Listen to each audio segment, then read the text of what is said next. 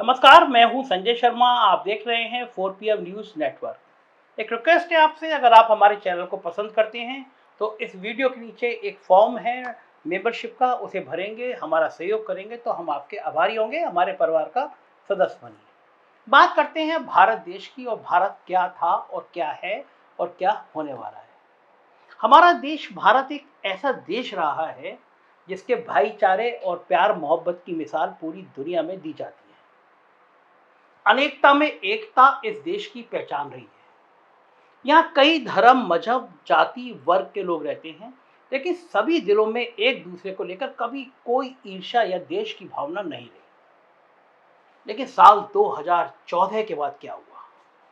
2014 के बाद से देश का माहौल धीरे धीरे बदलना शुरू हो गया। देश की एकता की डोरी में सियासत की दीमक लगने लगी, और ये दीमक ऐसी थी कि इसने धीरे धीरे भारत की एकता को खोखला करना शुरू कर दिया। इस दौरान कई ऐसी घटनाएं हुई जिन्होंने भारत में नफरत फैलाने का काम किया और देश की एकता को कमजोर किया।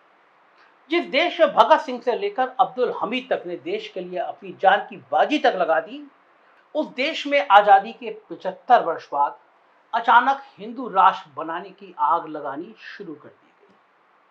यह आग इतनी बढ़ने लगी कि इसकी चपेट में अब पूरा देश आ गया है। आज 9 साल के बाद हम जिस जगह पर पहुंच गए हैं, वहां पर इस देश में एकता और भाईचारे की बातें अब सिर्फ दिखावा और छलावा ही प्रतीत होती है। अभी 4 दिन पहले प्रयागराज में जो घटना घटी, उस घटना को लेकर भली देश के चंद चाटुकार या खुद प्रदेश सरकार या गोदी मीडिया अपनी पीठ ठोक रही हो और खुद को शाबाशी दे रही हो, लेकिन पूरी दुनिया में इस घटना की निंदा हुई। पूरी दुनिया ने इस घटना को लेकर भारत को काफी नीचे गिरा दिया।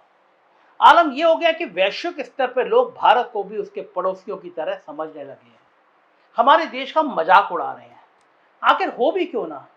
जिस देश में कभी प्यार, मोहब्बत और भाईचारे का व्यापार किया जाता था, उस देश में अब नफरत और हिंसा की खेती होने लगी। अब डर इस बात का है कि कहीं इस खेती की फसलें हमें भारत से सीरिया बनने पर ना मजबूर कर दे, जहां पे धर्म का नाम लेके लोग गला काट देते हैं और कनपटी पे रख के गोलियां अब हिंदुस्तान में मार देते हैं।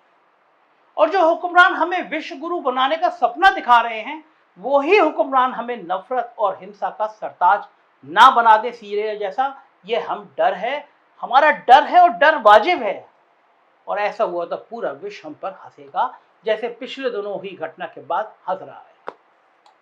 मुझे तो ये नहीं समझ आ रहा कि आजादी के बाद से इस देश में लगभग 66-67 साल तक किसी को भी एक दूसरे से खतरा नहीं हुआ, और ना ही कभी किसी समुदाय को यह कहते सुना गया कि उसे यहाँ डर लग रहा है। सभी आपस में मिलजुल कर भाईचारे के साथ रहते थे। चाहे वो रामनवमी हो या रमजान, सब कुछ शांतिपूर्वक मनाया जाता था। बेशक जब इतना बड़ा देश है तो कभी ना कभी छोटी घटनाएं हो भी जाती थी, और वो कहते थे जब कई बर्तन एक साथ रहेंगे तो आवाज करेंगे, लेकिन किसी को किसी से डर नहीं था। ना ही कोई स्पेशल राष्ट्र बनाने की मांग कभी होती थी। लेकिन फिर अचानक देश की सियासत ने करवट बदली, और अब देश पर उनका राज आ गया जिनका मकसद विश्व गुरु बनाना नहीं, आपकी नफरत और ईर्ष्या फैलाकर देश पर राज करना है। उनको देश की सत्ता में रहना है और किसी भी कीमत पर रहना है, लेकिन उनके पास सत्ता में रहने के लिए सिर्फ नफरत का बाजार है। वो देश में नफरत की खेती को इस कदर करना चाह रहे हैं कि पूरा देश आग के हवाले हो जाए। और कहीं ना कहीं उन्होंने अपने 9 साल के राजनीतिक सफर में ये करके भी दिखाया है। 2014 के बाद से जब सबसे बड़ी पार्टी हिंदू पार्टी और कथित राष्ट्रभक्त पार्टी सत्ता में आई है, तभी इस देश के हिंदुओं को अचानक डर लगने लगा। हिंदू खतरे में रहने लगे जब सरकार हिंदुओं की आ गई। अंततः इसका नतीजा यह हुआ कि लोगों की भीड़ द्वारा पीट पीट के लोगों को मारा जाने लगा। जबरदस्ती जय श्री राम नारा लगाने के लिए लोगों को मजबूर किया जाने लगा, और जिन्होंने नहीं लगाए, भीड़ ने उन्हें कई जगह पर पीट पीट के मौत के घाट उतार दिए। अब आप खुद अपने दिमाग पर जोर डालिए, क्या 2018-19 से पहले आपको कभी मॉब लिंचिंग शब्द सुना था? शायद आप सबका जवाब ना में होगा। लेकिन 2016 से 19 के बीच पूरे देश में ये शब्द काफी गूंजा। आए दिन कहीं ना कहीं ऐसी घटनाएं सुनने देखने को मिल जाती थी, जहां भीड़ ने लोगों के मौत के घाट उतार दिया। कुछ एक मीडिया रिपोर्ट्स के मुताबिक 2014 से 2018 के बीच में मॉब लिंचिंग के 134 मामले सामने आए थे, जबकि 2015 से 2018 तक 68 लोगों की जानें भीड़ के द्वारा ली गई। ताज्जुब की बात यह है कि मॉब लिंचिंग की घटनाओं का शिकार होने वालों में 50% लोग मुसलमान थे, लेकिन भूरिया मत कि खतरे में हिंदू था और रहेगा भी। 2014 के बाद से लोगों में अचानक गौ रक्षा के प्रति भी प्रेम जाग गया। हालांकि इस बात से आप और मैं अच्छी तरह वाकिफ है, हमने तमाम बार रिपोर्ट दिखाई है कि गौशालाओं में हालत क्या है। तमाम तरह की गौशालाओं का निर्माण होने के बावजूद भी गाय किस तरह तड़प तड़प के मर रही है, हमने कई बार दिखाया है, अपने यूट्यूब पे दिखाया है। और गौ तस्करों पर कितनी रोक लगी है ये भी हमने दिखाया है, सभी वाकिफ हैं, शायद इसे बताने की अब जरूरत भी नहीं है। 2016 में गौ रक्षा के नाम पर गुंडागर्दी की हदें पार हो गई। 24 ऐसे मामलों में 8 लोगों को अपनी जानें गंवानी पड़ी, जबकि 58 लोगों को पीट पीट कर बदहाल कर दिया गया। यह आंकड़े साल दर साल बढ़ते गए।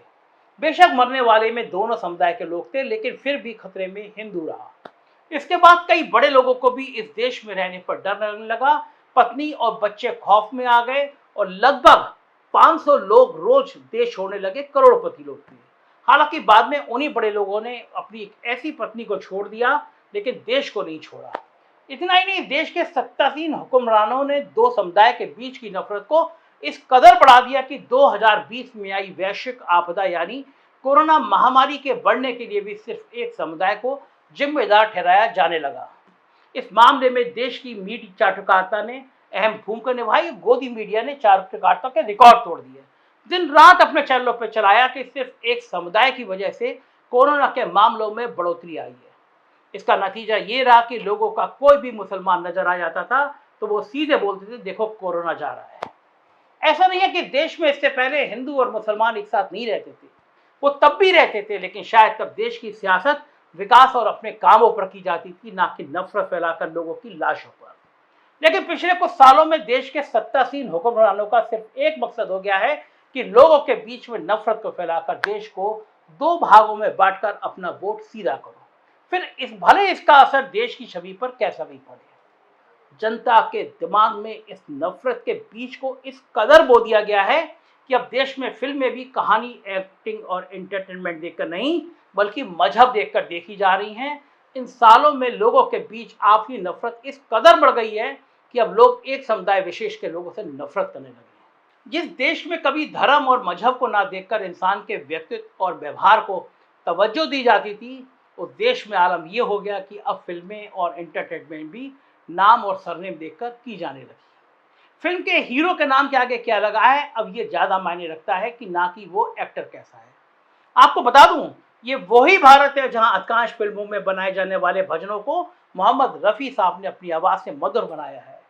इनमें से अधिकतर गीतों को लिखा है नौशाद साहब ने, साहिर ने, शकील बदायूं ने। शकील बदायूं लिखता है, मन तरपत हरि दर्शन को आज। लेकिन आज अगर कोई एक्टर भगवान राम या हनुमान का किरदार निभाना चाहे तो लोग उसे हिंदुओं का अपमान समझने लगते हैं। आखिर हम ये कहाँ जा रहे हैं? मैं आपको एक किस्सा बता रहा हूँ। मीना कुमारी की शादी होके आई और मीना कुमारी जब यहाँ बिजनौर में आई तो उनका एक बेटा, सौतेला बेटा पहले मौजूद था।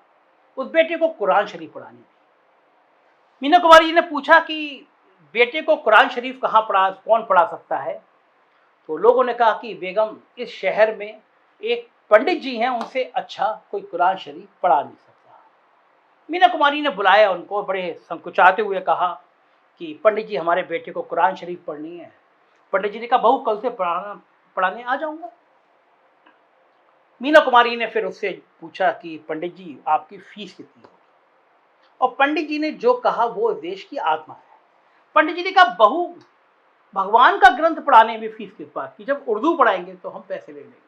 ये सभ्यता थी, ये संस्कृति थी देश की। अब कहाँ जा रहे हैं? हम अपनी ही सभ्यता और संस्कृति को चंद सियासी लोगों के कहने पर इतना क्यों खोते जा रहे हैं? इस देश में पहले भी रामनवमी का त्यौहार मनाया जाता था और रमजान और ईद भी मनाई जाती थी, लेकिन पहले कभी ना रामनवमी की शोभा यात्रा या होली के जुलूस पर मस्जिदें ढकी जाती थी या उन पर सुरक्षा बढ़ाई जाती थी, और ना ही ईद और मुहर्रम पर मंदिरों की सुरक्षा चाक चौबंद की जाती थी। मगर अब ऐसा क्या हो गया कि रामनवमी पर देश में भक्ति और श्रद्धा की जगह हिंसा और दंगे होने लगे? क्या इसमें सिर्फ एक ही मजहब, एक ही समुदाय जिम्मेदार है? आज के सत्तासीनों ने तो भगवान राम को भी बदनाम करके रख दिया है। वो राम जो कभी हिंसा के समर्थक नहीं रहे, उन्होंने हमेशा प्यार की बात की। उन्होंने रावण को भी सुधरने के लिए कई मौके दिए। वो राम जिन्होंने अपने वचन निभाने के लिए पूरे राजपाट का त्याग कर दिया। वो राम जो 14 साल तक जंगलों में घूमते रहे। उन राम के नाम पर हम आपस में लड़ रहे हैं, हिंसा दंगे कर रहे हैं। क्यों? भगवान राम ने तो ऐसा कभी नहीं कहा ना, लेकिन ये कहा इस देश के हुक्मरानों ने। क्योंकि जब तक दो समुदाय भिड़ेंगे नहीं, हिंसा दंगे नहीं होंगे, तब तक आपस में नफरत नहीं फैलेगी। जब तक नफरत नहीं फैलेगी, उनको वोट नहीं मिलेगा और वो सत्ता नहीं पाएंगे। चंद वोटों के चक्कर में और अपनी सियासत को चमकाने के लिए इन सियासी आकाओं ने इस देश में नफरत की खेती को इस कदर बढ़ा दिया है कि अब लोगों को हर बात में मजहब और धर्म नजर आता है। हर बात पर हिंदू खतरे में आ जाता है। कोई पर्वी, कोई त्योहार, यहाँ तक कि कोई फिल्म ना हो, उसमें भी धर्म और मजहब देखा जाता है। आज के इन हालात को देखकर मशहूर शायर मुनव्वराना का एक शेर याद आता है मुझे। ये देखकर पतंगे भी हैरान हो गई, ये देखकर पतंगे भी हैरान हो गई, अब तो छतें भी हिंदू मुसलमान हो गई।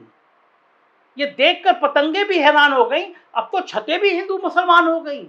आज का दौर ये दौर है कि हम बाजार में कोई सामान खरीदने जाते हैं तो देखते हैं इस सामान को बेचने वाले का नाम क्या है। हम इससे इत्तेफाक नहीं रखते कि उसके सामान की क्वालिटी क्या है। क्या हमारे दिलों में इतनी नफरत भर दी गई है? हाल ही में जो घटना आई उसमें भी हमें इस नफरत की झलक दिखाई दी सोशल मीडिया पे। किसी अपराधी क्रिमिनल का मारा जाना बुरा नहीं है, लेकिन इस देश का एक कानून है, एक संविधान है। हमें उस क्रिमिनल का, एक अपराधी की नज़र से देखना चाहिए कि ना कि उसके नाम और मजहब के आधार पर। आज का समय यह हो गया कि एक समुदाय विशेष के व्यक्ति की सरेआम गोली मार दो और उसके बाद, मारने के बाद जय श्री राम के नारे लगा दो, जो सीरिया में होता है, जो बाकी देशों में जाता है, मानो आपने कुछ गलत किया ही नहीं। अभी तो हमें अच्छा लग रहा है, लेकिन हमें समझना चाहिए कि हम अपने देश का नुकसान कर रहे हैं, देश को कहां से कहां ले जा रहे हैं। ये सियासी हुक्मरान अपनी सियासत और सत्ता के लालच में भारत की विशेषता, इसकी एकता को खोते जा रहे हैं। इनको समझ ही नहीं आ रहा कि इस नफरत की खेती पर ये भारत को सीरिया बना देंगे। अब तक हम अपने पड़ोसी मुल्कों और आसपास के देशों को खुद जिस नफरत की हेय दृष्टि से देखते थे, उनके बारे में ना जाने क्या क्या कहते थे, अब ये सियासी आका खुद भारत को भी ऐसा ही बनाने में लगे हैं। देश की मौजूदा हालात को देखकर पूरी दुनिया हमारा मजाक बना रही है। पूरा इंटरनेशनल मीडिया हमारे देश के माहौल, कानून व्यवस्था पर थूक रहा है। साहेब, बातें तो विश्व गुरु बनाने की करते हैं, लेकिन जिस दिशा में देश को बढ़ा रहे हैं उससे देश विश्व गुरु नहीं बल्कि सीरिया जैसा जरूर आने वाले सालों में बन जाएगा। और हिंदू आज भी खतरे में और हिंदू तब भी खतरे में रहेगा। इसलिए समझना होगा हमें और आपको कि ये लोग जो देश की सत्ता पर बैठे हैं, ये लोग सत्ता और सियासत चला रहे हैं। उन सत्ता सियासत के बीच में नफरत की खेती करते रहेंगे, लेकिन सोचना हमें यह है कि हम नफरत की खेती पर हिंसा और दंगे की फसल उगाना चाहते हैं या फिर देश की एकता को बनाए रखते हुए या प्यार, मोहब्बत, भाईचारे का व्यापार करना चाहते हैं। क्योंकि जो आज सत्ता में बैठकर नफरत का व्यापार कर रहे हैं, कल नहीं होंगे, लेकिन आप, हम, हमारे परिवार, हमारे बच्चे कल भी होंगे। इसलिए सोचना ये है, हमें इनकी बातों में नहीं आना है। और मुझे अंत में राहत इंदौरी की एक गजल, एक शेर याद आ रहे हैं। लगेगी आग तो आएंगे घर कई जद में, लगेगी आग तो आएंगे घर कई जद में, यहाँ पे सिर्फ हमारा मकान थोड़ी है। लगेगी आग तो आएंगे कई मकान जद पे, यहाँ पे सिर्फ हमारा मकान थोड़ी है। जो आज साहिबे मनसब हैं, जो आज साहिबे मनसब है, कल नहीं होंगे किराएदार है, जाति मकान थोड़ी है। सभी का खून है शामिल यहाँ की मिट्टी में, सभी का खून है शामिल यहाँ की मिट्टी में, किसी के बाप का हिंदुस्तान थोड़ी है। जय हिंद। प्यार की भाषा, प्यार से रहना सीखिए। ये देश तभी बनेगा जब हिंदू, मुसलमान, सिख, ईसाई प्यार से रहेंगे। Thank you. जय हिंद।